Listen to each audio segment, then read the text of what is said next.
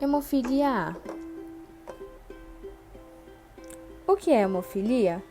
Quando sofremos um machucado, fazemos uma cirurgia ou temos um sangramento, o nosso corpo atua recrutando substâncias específicas presentes no nosso sangue, dentre elas fatores de coagulação, íons e plaquetas, que interagem entre si para desempenhar o processo de coagulação.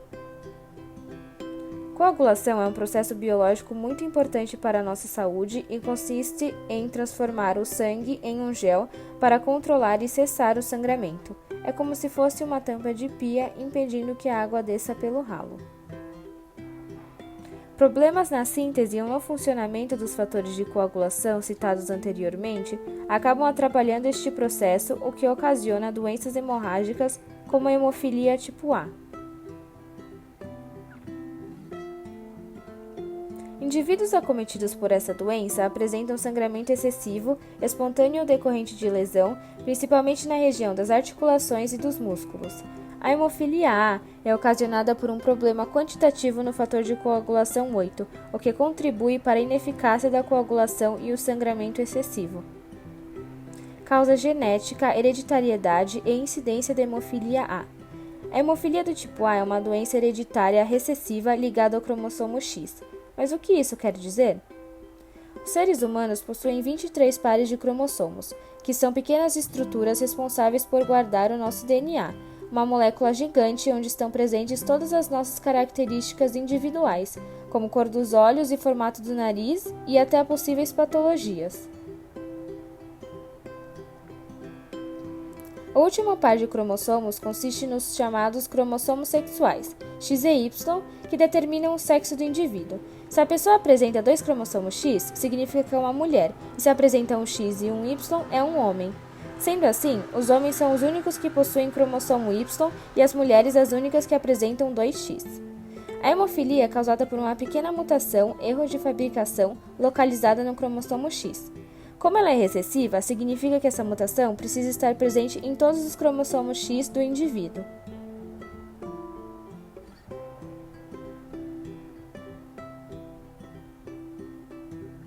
Assim, como as mulheres possuem um X reserva, elas são menos prováveis de desenvolver a doença porque precisam receber dos seus pais a mutação nos 2 cromossomos sexuais.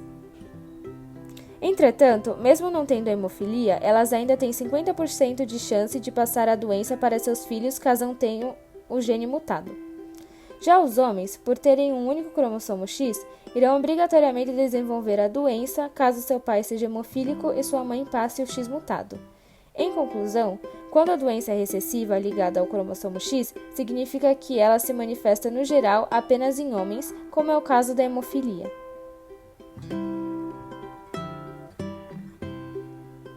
Um exemplo. Maria tem uma mãe com hemofilia A e ela acabou herdando a mutação para a doença, mas não a desenvolveu por ser mulher e ter o X reserva normal.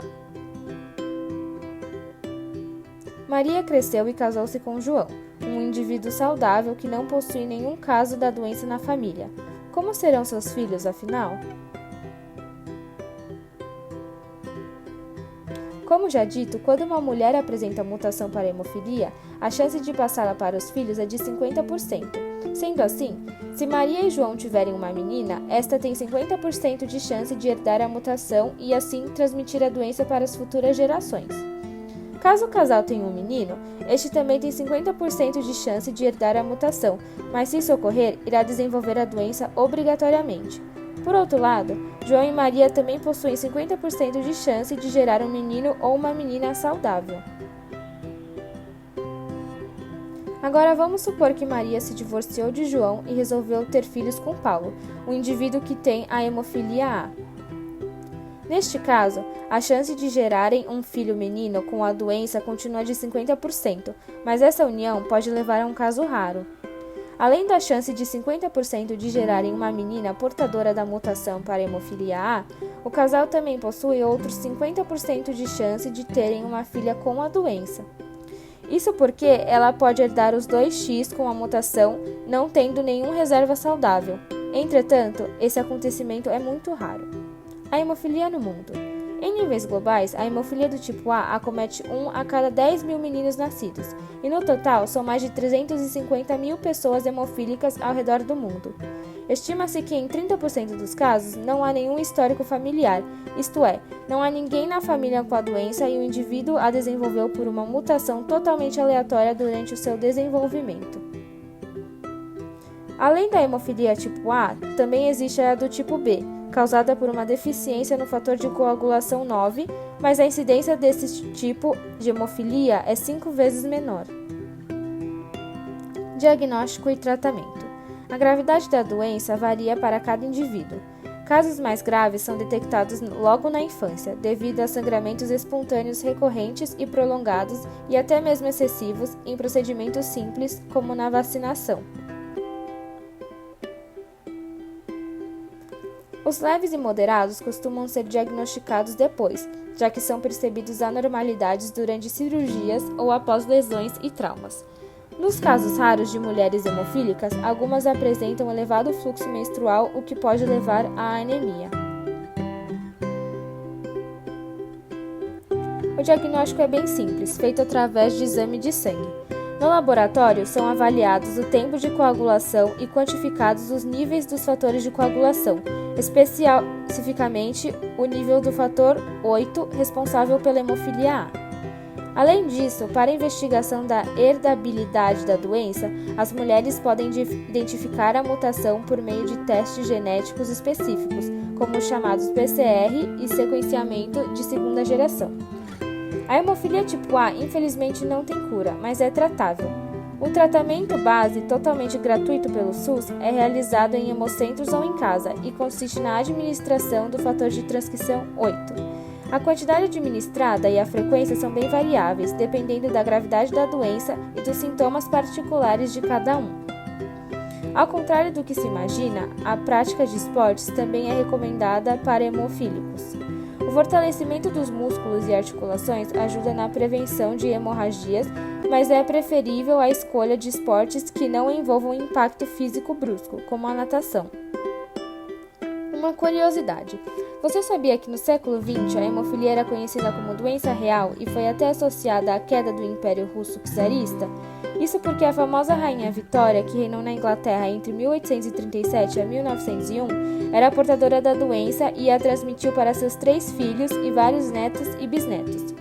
Dentre eles, talvez o caso mais famoso de todos, estava o herdeiro do trono russo Alexei Nikolaevich Romanov, filho do último imperador da Rússia, Nicolau II, e bisneto da Rainha Vitória. Alexei sofria de um caso severo da doença.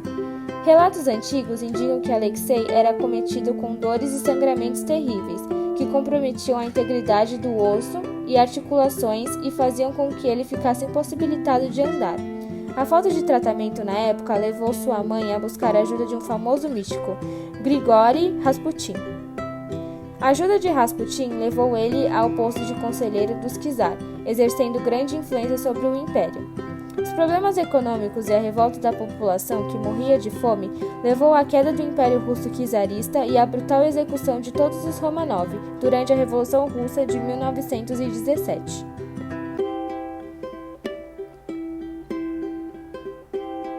Com o passar dos anos e o fim dos recorrentes casamentos entre familiares, a doença foi desaparecendo aos poucos do histórico das famílias reais.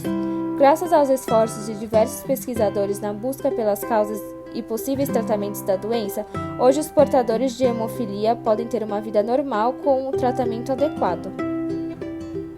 Diversas organizações atuam no acolhimento destes indivíduos, e em 1989 estabeleceu-se a criação do Dia Internacional da Hemofilia, comemorado em 17 de abril, em homenagem ao hemofílico Frank Schnabel, criador da Federação Mundial da Hemofilia, organização que reúne atualizações, estudos e debates sobre a doença e os avanços científicos na busca por melhores tratamentos.